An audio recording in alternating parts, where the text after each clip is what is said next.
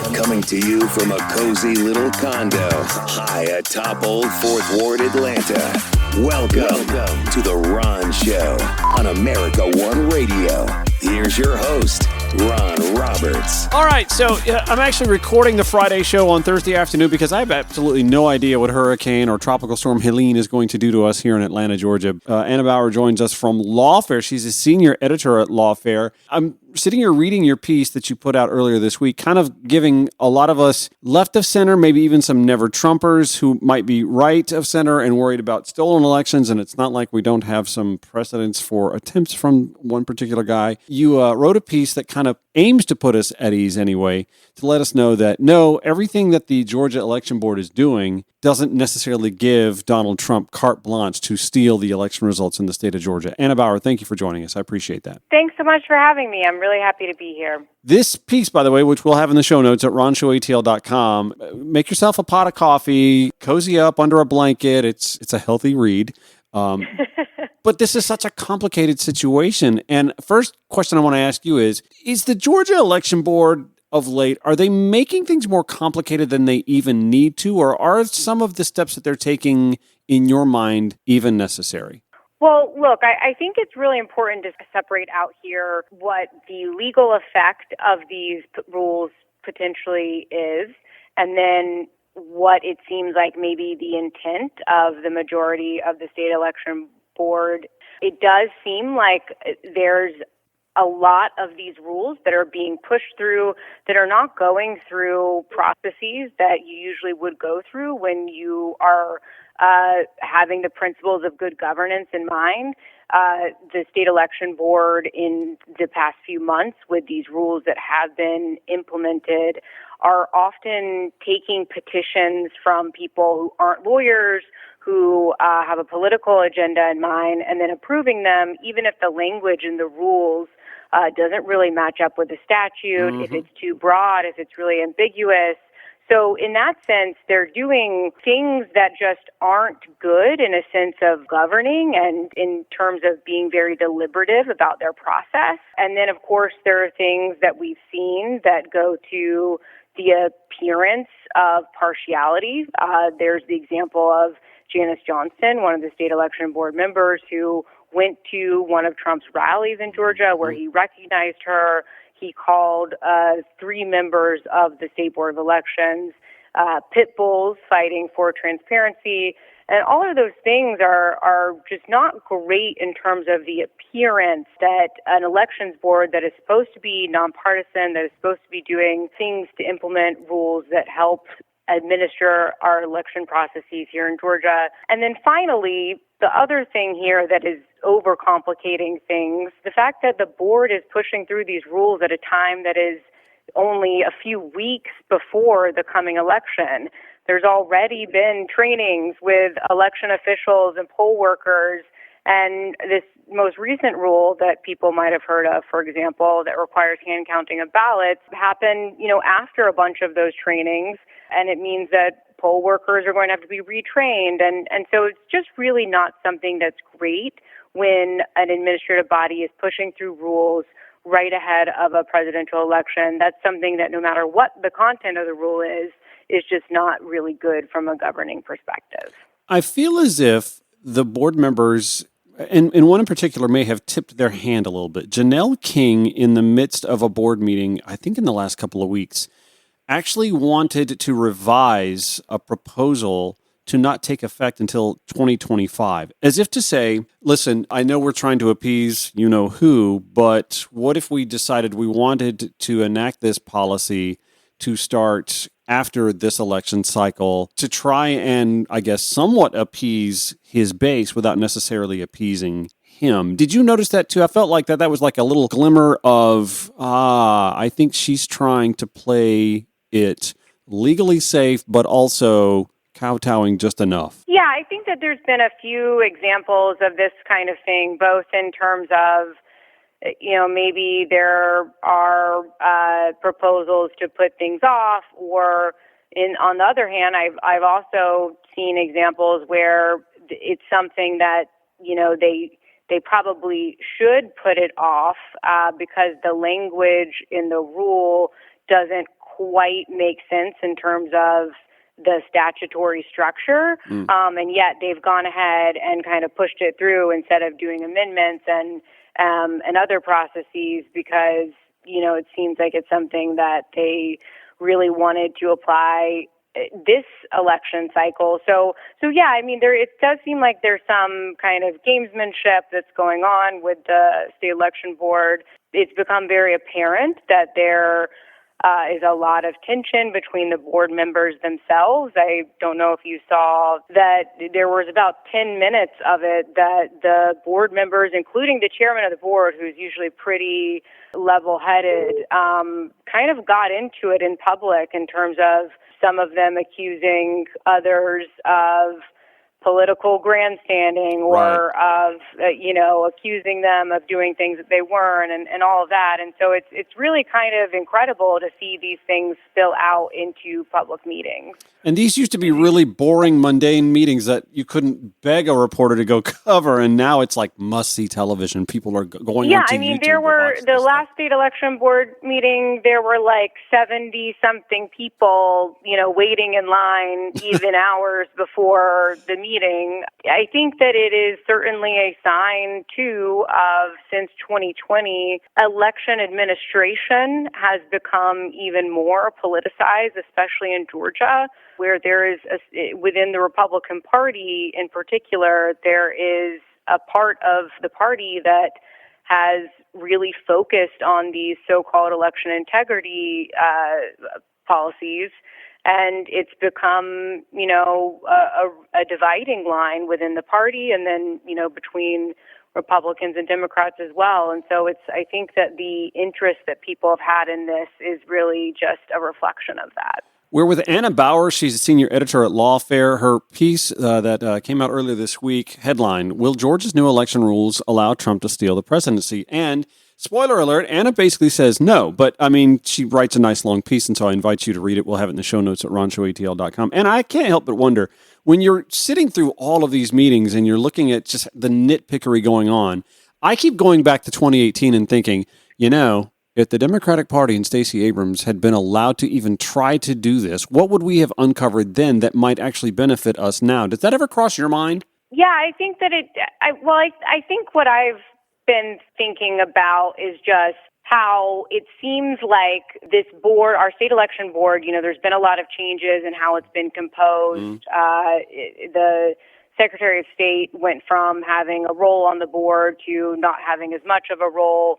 The composition has changed. So, yeah, I do think about, how these rules are being passed and whether it even is a good idea to have partisanship in so explicitly within the election rulemaking process. So, but so that is something that I've been thinking about, but I've mainly been focused right now on just kind of thinking about what these specific rules are going to do in the coming election, because I think that has been the main kind of area of concern for most folks. I just think it's interesting, for me anyway, that I look back to the 2018 Stacey Abrams, Brian Kemp race when the Secretary of State at the time was, who was it? Oh, by the way, it was Brian Kemp, who was overseeing the election that he was running for, and folks wanted him to kind of step away, and lo and behold, Republicans didn't want to do that. Now, all of a sudden, they do want to do that in some shape, form, or fashion because Brad Raffensperger, who is still a Republican last I checked,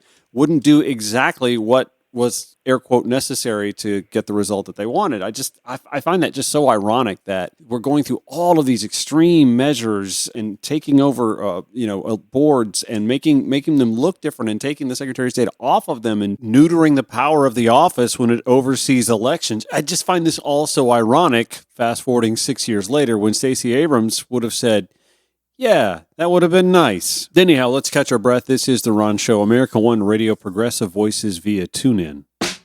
With each episode of The Ron Show comes show notes at ronshowatl.com. That's where I will give you the link to the piece that I'm discussing with the author of that piece. Will Georgia's new election rules allow Trump to steal the presidency?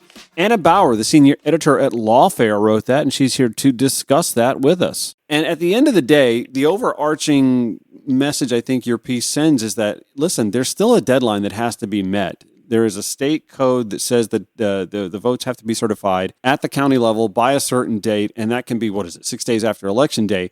But let's start with the reasonable inquiry rule, if we will. Yeah, so the reasonable inquiry rule, I think, is the one that has caused the most controversy. That is the rule that says basically before a county board, and keep in mind that a county board plays just one role within the process of certifying the election as a whole. So certification, the way that it works, that is the process in which election officials attest to the accuracy of the election results. The first step in that process is a county board. Usually it's a group of 5 people, and they take and aggregate all of the returns from the precincts within the county. They add it up. They kind of check the numbers, make sure that it's been added up correctly, and then they certify it about 6 days after the election. That is required by state statute. It says that the county board shall certify by that deadline, and then it goes to the Secretary of State, and then there's a federal deadline, which is out in December, that the governor must then produce a certificate of Georgia's presidential electors that is based on the outcome of the popular vote. So that's kind of how the certification process usually works. This rule that was implemented that became very controversial but was approved back in August, and it defines certification as attesting to the accuracy of the election results after reasonable inquiry. And that has caused a lot of controversy because it's led people to believe that under that rule, someone who believes that they need to go and investigate the election, maybe someone who has partisan interest in mind, someone who is skeptical of voting machines, or someone who thinks that there's been voter fraud who's on one of these county boards. The idea is that this reasonable inquiry definition could give them reason to then say, oh, well, we need to do an inquiry, and, we need to just draw this out for weeks, and it's not until we finish this inquiry that we can certify the election.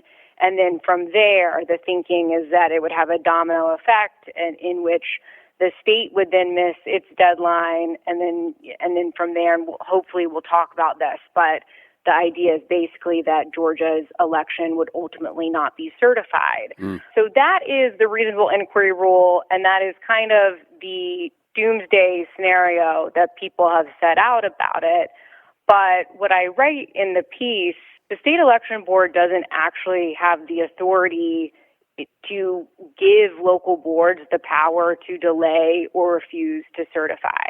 So even if this rule said a county board is empowered to delay based on a reasonable inquiry, it still is not the case that the state election board can do that lawfully, because they're an administrative body, and as an administrative body, they don't have legislative authority to just set out any new rule that they want. The idea is that administrative bodies like the state election board are responsible for implementing rules that are consistent with and authorized by Georgia statutory law. That's the law that is enacted by the General Assembly. So does this does that statute run afoul of state law? Well, there is a way to read the reasonable inquiry rule consistent with state law. So whatever reasonable inquiry it is that the rule or the definition envisions, it basically just has to mean whatever it is that is set out in state law in terms of the investigatory powers of county boards when it comes to the certification process. So there are a few things in the statute, when you look at it, that a county board is allowed to do. For example, the statute mentions that if error or fraud is discovered, they can do a kind of limited investigation, and then they can report the facts to the local district attorney. But there's nothing in there that gives them a freewheeling investigative authority. And most importantly here, there's nothing in there that gives them authority to expand or extend past the statutory deadline to certify. So whatever it is that they're going to do within those 6 days before they certify, they can reasonably inquire during that time, but that doesn't give them reason to go past the statutory deadline. No matter what, they have a mandatory duty to certify by that deadline. So I think that although the rule might run afoul of state law in the sense that it seems to give a very broad, ambiguous power to investigate, the way that it doesn't run afoul of state law is by, it doesn't actually try to extend the deadline. You'd have to have a really bad faith interpretation of it to say that it gives you any justification to be able to delay or refuse to certify. But I think we should get some clarification on this issue because there has already been some litigation over the rule. The litigants, including the Georgia Democratic Party, are seeking a declaration from a Fulton County Superior Court judge asking him to clarify the meaning and scope of the rule, the kind of thing that he is very likely to clarify before the election so that election officials will have some guidance. We may need to prepare ourselves here in the state of Georgia, and maybe even those who are going to be watching breathlessly from Fox News and MSNBC and CNN for results and to call a race and et cetera. So should we prepare ourselves for Georgia not being able to be called for many days, for up to 6 days after Election Day? Yeah, so this relates to, I think, one of the other rules that the state election board has passed, which is the so-called hand count rule. That is the rule that was passed last Friday, and it requires a hand count of ballots that are stored in each precinct at the end of Election Day. This is another rule that has caused great alarm amongst reporting and commentators who have been discussing this. However, I do want to ease people's minds a little bit about this rule. Again, yes, it could cause some chaos and some delays, but the initial reporting suggested that it could take weeks or months for Georgia to get its results as a result of this rule. I think, though, that was based on a misunderstanding of the rule. The rule does not require the actual tallying of votes by hand, which would be a very laborious task. Right. It would require looking at dozens of races. Often it's very inaccurate or less accurate to count votes by hand. There are studies that show that machine counting of votes is much more accurate and efficient than hand counting of votes. But this rule actually doesn't require hand counting of votes. What it requires is just counting the ballots or the sheets of paper that are in the scanner at the end of Election Day. It's really just, counting those sheets of paper. It's not something that is expected to take weeks or months. At most, in the larger precincts, I suspect that it will take maybe a few hours of delay. There's the part of the rule that does say that you can even extend into the next day to start counting, but I think that at most it'll be a few hours. There might even be no delays at all because votes will still be tallied using the machines, and there's nothing in the rule that would prevent a precinct from going ahead and sending its machine vote tabulation down to the central office before they start doing their ballot counting. So, it's the kind of thing that I just, again, think there's a misunderstanding here. We are likely to still get Georgia's election results on election night. However, the delays, the lag, especially within the larger precincts, could still cause some chaos. If you think about in 2020, there's the phenomenon known as the red mirage. That is where it might seem like the Republican candidate, or back in 2020, of course, Donald Trump, it'll be Trump again this year, but it seems like Trump was ahead early on in the night when the results were coming in. And then as absentee ballots and that kind of thing start getting counted, the type of votes that would favor back in 2020 Biden, this year Harris, but it all of a sudden was the case that there was a very large gap that was closed. And that was fodder for a lot of conspiracy theories about the election being rigged in 2020. Here we could see that phenomenon happen again, not only because of mail-in ballot counting, but in the case of the hand count rule, if some of those larger precincts are delayed even by a few hours, it may be that, it's not really clear exactly what the count is until very late in the night or the next day. But again, I want to reassure people that it is almost certainly not going to be weeks or months. And the hand count rule, I feel very confident in saying that it's not going to extend past any of the certification deadlines. More with Anna Bauer, senior editor at Lawfare, when The Ron Show returns. Call or text The Ron Show anytime at 404-919-2725. The Ron Show on America One Radio. We're with Anna Bauer, senior editor at Lawfare. She wrote a piece that sort of puts our minds at ease that even with the antics, these 11th hour antics at the state elections board, that it's going to be highly improbable to see any sort of delay of the certification of Georgia's election results. I want to throw a little wrench in the hand count thing, and this is just a supposition, just a what if.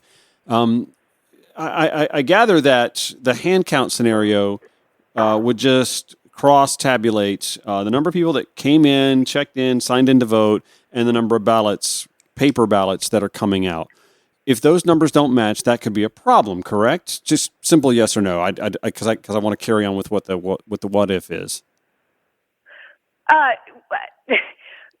So I mean, sorry, the answer is complicated. Yeah. I want to say, I guess I should say yes, okay. But it's complicated. All right. Well, but here's where the complication might come in, if you ask me. What if somebody who just wants to go in and sign in and then not vote at all? Some people like to make that statement by being a number but not being a part of the. Would that complicate the hand counts? The hand count rule. Yes, it would. I mean, look, people have to understand that our elections are not perfect. There often are, minor discrepancies because of human error, because of various reasons, and it doesn't mean that the election was rigged or that it indicates some kind of widespread irregularity or fraud. It's very common in elections to see minor discrepancies. You're right that this hand count rule, because the purpose of it is to look at the number of ballots and then look at the number of cast votes that are in the machine tabulation. Certainly, it could be the case that bad actors with partisan interests could look at some minor discrepancy and use that as pretext to refuse to certify or to try to drum up some kind of conspiracy theory about, how this indicates that the election results were bogus. But ultimately, again, they have each county board has a mandatory duty to certify. That deadline is very clear. And also the Georgia case law since the 19th century has been very clear that a county board's authority to do anything beyond kind of just look at the returns on their face, add it up, make sure those numbers are accurate, and then certify. A minor discrepancy would be the precise kind of thing that they have authority to maybe report to the local district attorney, but they still have a duty to certify, and they don't really have the ability to kind of do any kind of broad-ranging investigation or decline to certify based on some minor discrepancy. That would be unlawful. Which brings me to the final part of your piece that I wanted to bring up, which was the examination. You jumped me, by the way. You went from A to C to B. So that's yeah, I'm sorry. No, my apologies.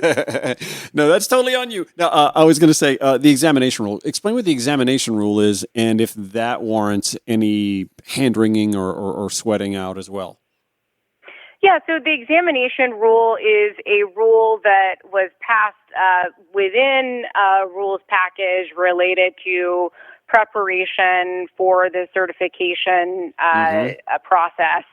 And it states basically that prior to certifying, a board member shall have, I believe it was, shall be allowed to examine all election-related documentation. I don't have the exact words memorized, but I think that is pretty close to what the rule states.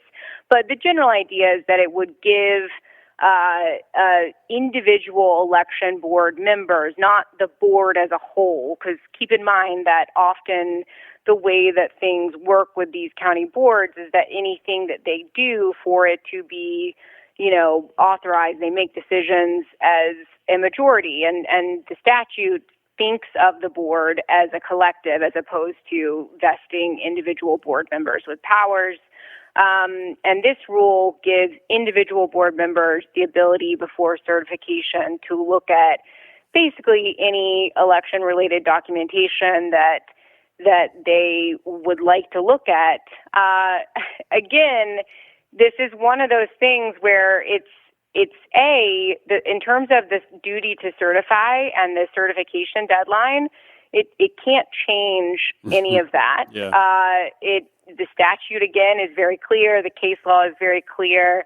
And it wouldn't be sufficient for a board member to say, oh, I haven't received my documentation, so I therefore can't possibly certify. And two, again, to the extent that this might be inconsistent with state law, it's very broad. It also does things that it gives powers to individual board members that the statute just doesn't contemplate. Like I said, it's never been the case that an individual board member can just request or demand any election-related documentation. And you got to think about how much mischief that broad language could potentially cause, in the sense that, board members could start requesting election-related documentation from other counties. Let's say that it's a rural county and they have been hearing rumors or conspiracies about fraud in Fulton County. They could say, I'm not going to certify until I get these documents from Fulton County. That has nothing to do with whether or not they could want to certify in their own county. So they also could use the rule pretextually to say, for example, that maybe they want to do a forensic audit of voting machines in their county. We've had issues with this in Georgia, in Coffee County, in the aftermath of the 2020 election. There was unauthorized access to voting machines there. So, it has a lot of things that this broad language could cause, and there are ways that people could use it pretextually, but none of those things means that is what is lawful or that is how a judge would interpret this. And in particular, it's very clear that this rule, again, cannot give them authority to refuse to certify or to withhold certification based on the need for more documentation. Okay. I feel a bit better about this, and I feel like that there are some fail-safes in place, but I'm not going to not be concerned, and mainly because, as you just mentioned, the Coffee County breach. We just saw software handed over to God knows whom, and actually was open sourced, I believe, for a long time. For, again, God knows whom, God knows where, to do God knows what. And naturally, the voting machines aren't hooked up to the internet, et cetera, and so on. But tabulation and result, you understand why folks are a little concerned, right? And the actions of the board seem as if they are intent on placating individual one, if you will, and whether they actually succeed in doing so, it just seems to be tamping up a lot of anxieties. Yeah, I want to be very clear that I do think that these rules, especially because they are broad and ambiguous, and there's been so much rhetoric about what they do, especially on the right. You know, there are people that I've been following who are involved in election integrity efforts who are interpreting these rules as though they give them some authority. What I think is important, though, is to think about how even if bad actors want to interpret something pretextually, there are judicial mechanisms in place to ensure that is not ultimately successful. So in the case of certification and the need to extend, or the idea that these rules would extend the deadline or allow people to delay, for example, I mentioned already that there is a suit that has been brought to clarify the reasonable inquiry rule.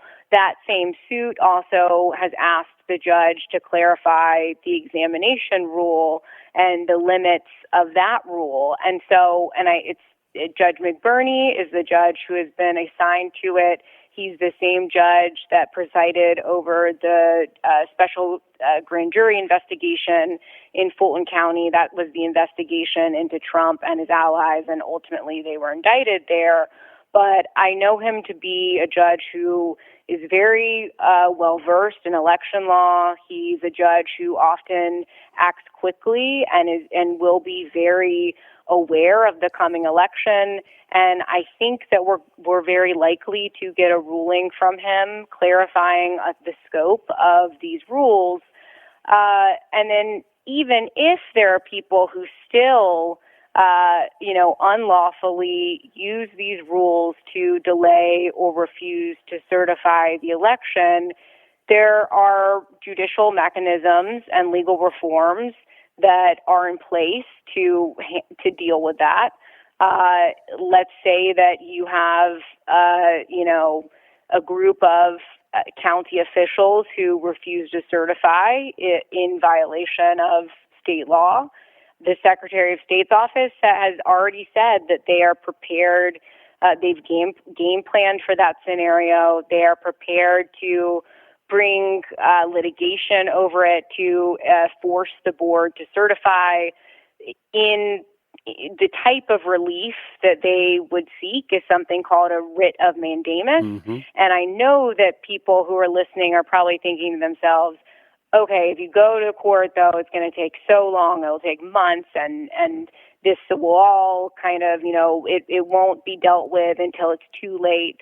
But a writ of mandamus, the type of relief that the Secretary of State's office would seek, is designed to act at judicial warp speed, basically. Oh. There are examples in 2022 that we've seen of county boards in different states who refused to certify or tried to delay certification.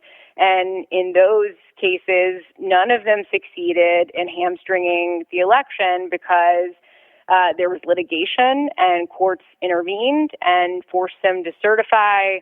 And in Otero County, for example, in New Mexico, I mean, in that case, it took 24 hours for a court to intervene, and everything was resolved by the end of the week. Georgia is particularly lucky because there's a quite significant gap between when counties have to certify, that's 6 days after the election, and then when the federal deadline for Governor Kemp to produce a certificate of ascertainment, which is the list of electors being appointed on behalf of the state of Georgia for its presidential election. That gap is about a month. And that is going to be plenty of time for any of these certification disputes to be resolved, for county boards to be forced to certify.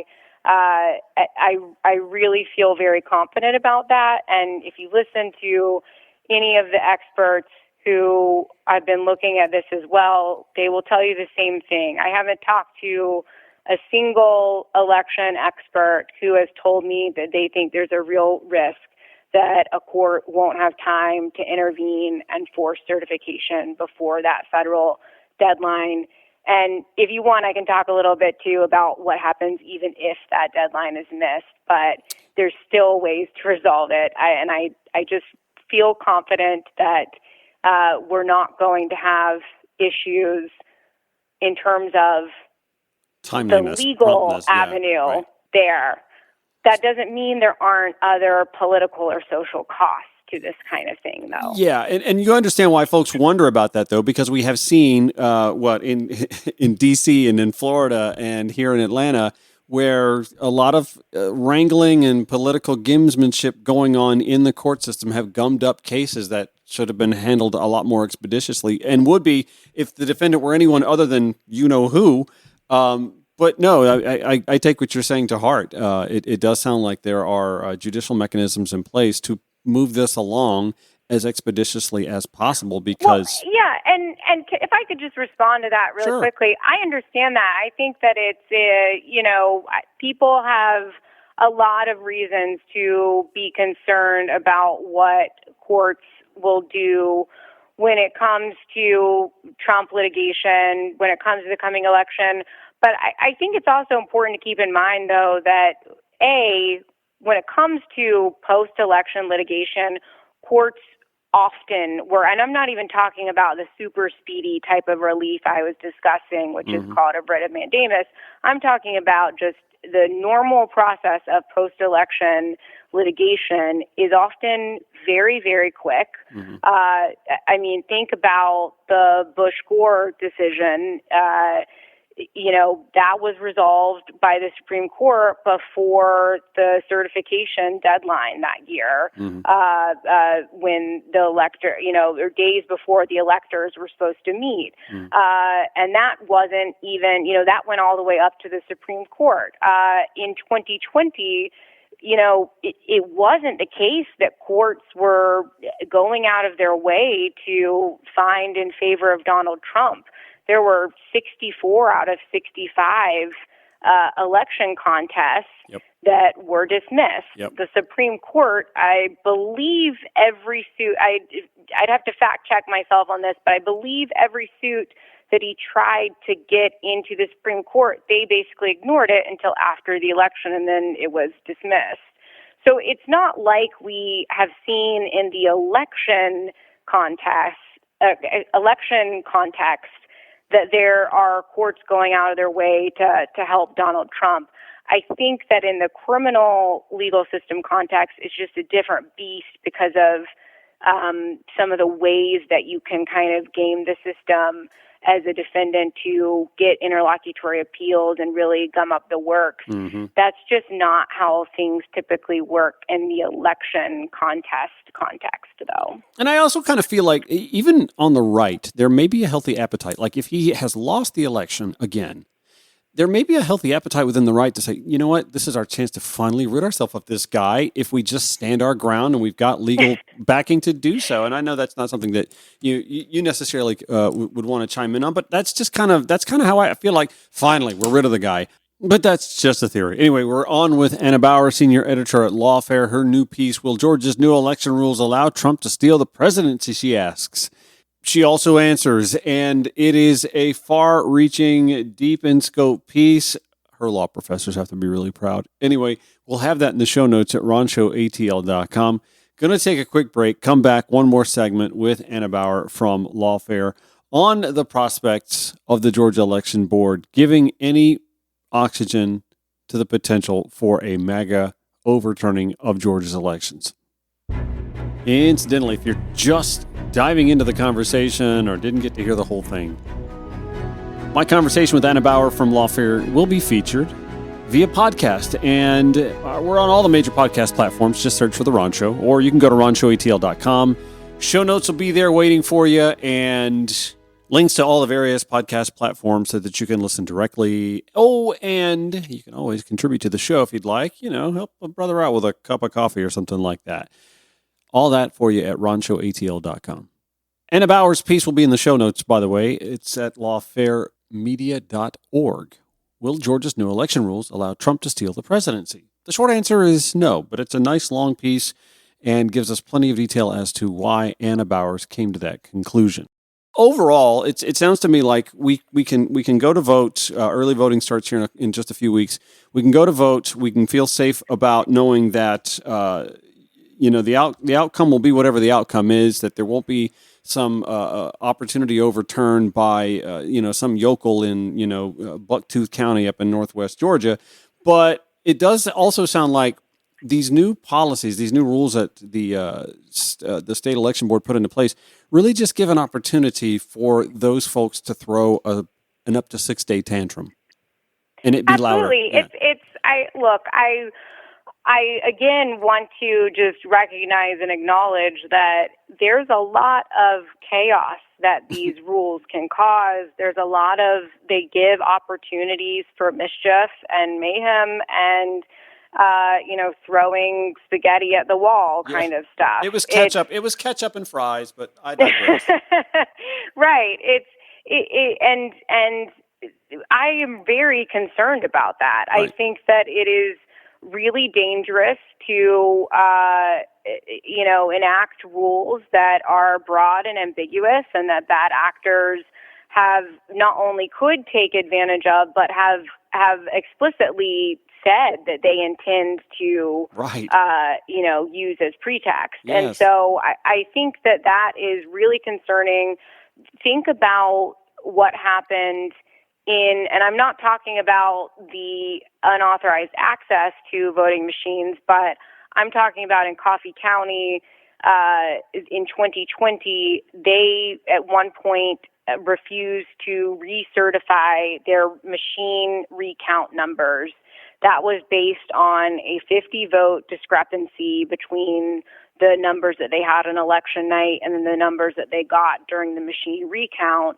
The Secretary of State's office would later conclude that it was a result of human error. Mm-hmm. And at the time, the supervisor there told investigators that she wasn't sure whether or not she had scanned a batch of ballots twice.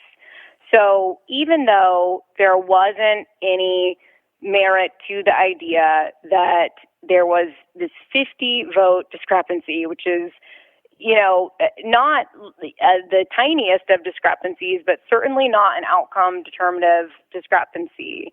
That was enough reason for the board to then write a letter that stated that machines weren't reliable. They blamed it on voting machines.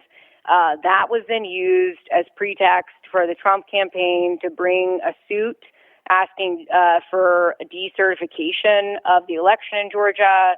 There were all kinds of conspiracy theories that were spread, citing irregularities in Coffee County, citing the board's letter and their political grandstanding. And that was just one county. I mean, you still to this day see people who have conspiracy theories about 2020 citing irregularities in Coffee County that relates to the board's decision not to certify. I mean, if you have a dozen deep red counties who decide that they're going to use these rules as legal cover to refuse to certify, even though there is almost certainly going to be judicial intervention, that is still really politically valuable to Trump and to his allies in terms of, kind of spewing muck about the election and keeping alive the narrative that it was stolen. Yep. Anna Bauer, thank you so much for joining me today. I do appreciate that. Anna Bauer, senior editor at Lawfare. We'll have her story at the show notes today at ronshowatl.com. Hopefully the hurricane isn't too unkind to you.